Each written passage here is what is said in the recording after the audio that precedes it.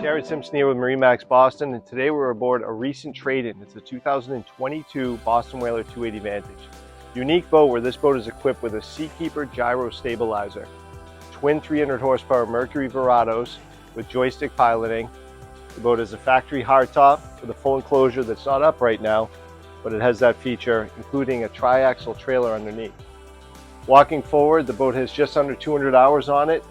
It has a Raymarine MFD in the dash, radar up top, fish finder module, fusion stereo system. It probably has every option you could add to a 280 Vantage.